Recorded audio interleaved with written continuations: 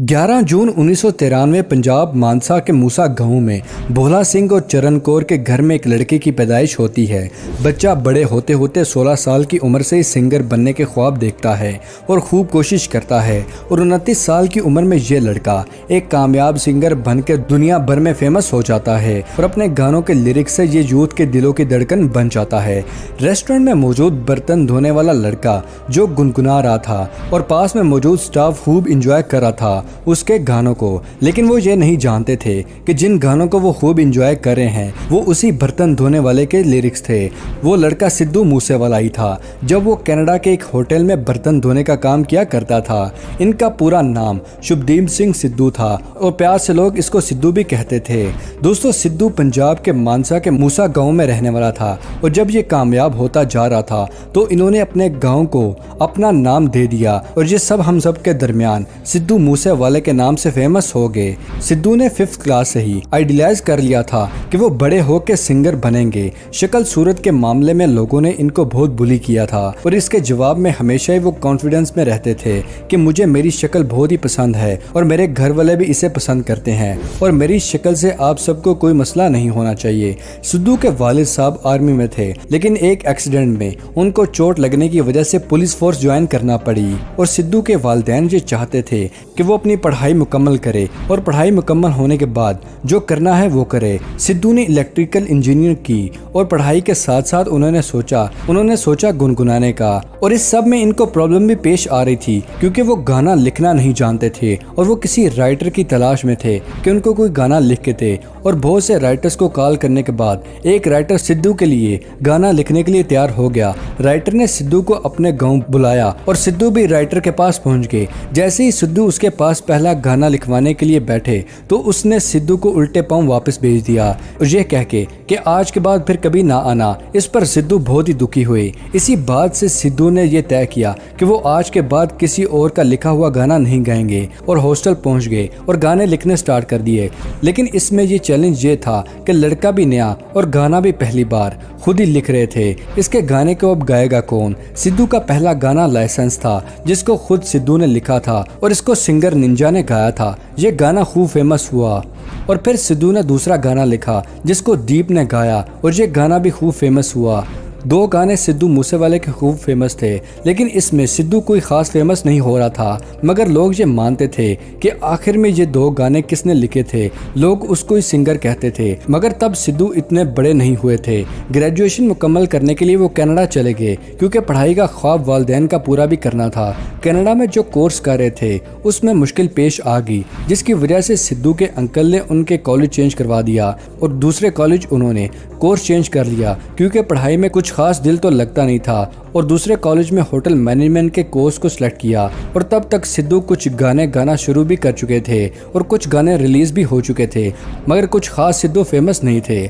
जिस होटल में सिद्धू काम किया करते थे उसमें लोग कहते थे कि क्या लाजवाब सिंगर है। इस पर सिद्धू का जवाब होता था कि ये गाना मैंने खुद लिखा है, मगर कोई यकीन नहीं करता था। ये दुनिया का रिवाज है कि काम के साथ सूरत को भी देखती है तो ही आपको कनाडा में काम मिलता है। कनाडा में सिद्धू ने एक गाना बनाया जी वैगन, अपनी पहली म्यूजिक एल्बम PBX1 बनाई और अपने हेटर्स के लिए एक गाना बनाया और देखते ही देखते सिद्धू के गाने खूब फेमस हो गए। बड़े बड़े म्यूजिक चार्ट पर सिद्धू के गाने भी आने लगे और सिद्धू बहुत ही फेमस हो गया। लेकिन सिद्धू का यूं फेमस होना उनके हेटर्स को बिल्कुल पसंद नहीं था और कुछ शक्लों सूरत पर कमेंट करने लगे, लेकिन सिद्धू को परवाह नहीं थी। वो कहते थे मैं तो एक जट खानदान का लड़का हूँ, उन्हीं जैसा ही नजर आता हूँ तो मसला नहीं होना चाहिए। मैं किसी हीरो की तरह नजर नहीं आता और ना ही बॉलीवुड में जाने का मुझे कोई शौक है क्योंकि बॉलीवुड बहुत ही कॉम्प्लिकेटेड है। सिद्धू अपने ही तरीके से गाने लिखते और उनको गाते और सिद्धू अपने आसपास जो देखते उन्हीं चीजों को गानों की शक्ल में उतार देते।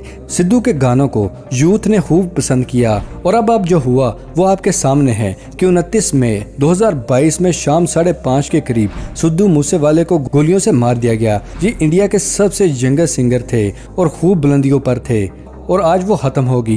गैंगस्टर लॉरेंस बिश्नोई के बहुत ही क्लोज कनाडा में गोल्डी बरार ने सिद्धू मूसेवाले को मारा है। उसका कहना था कि 8 हमला आवरों ने मूसेवाले पर हमला किया और जहां डेथ हुई वहां से 3 AK-94 की गोलियां मिली हैं। दोस्तों याद रहे, पंजाब में AK-94 को यूज करना बहुत ही रेयर माना जाता है।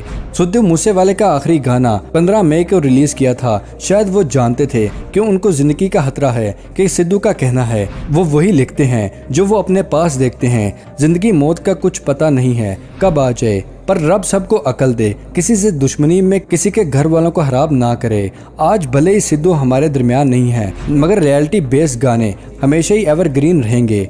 बात करते हैं सिद्धू मूसेवाले की जिंदगी के, कि वो जिंदगी कैसे गुजारते थे।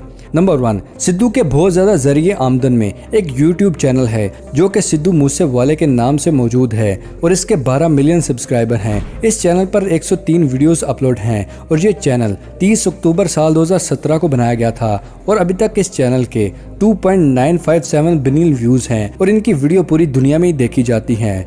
इसलिए इनका 1 मिलियन व्यूज़ 700 से $1000 पे करता है, जो कि 7 से 10 लाख के दरमियान है। और इसका टोटल किया जाए तो ये चैनल अभी तक $3 बिलियन कमा चुका है, जो कि पाकिस्तानी करेंसी में 60 करोड़ से भी ज़्यादा बनता है।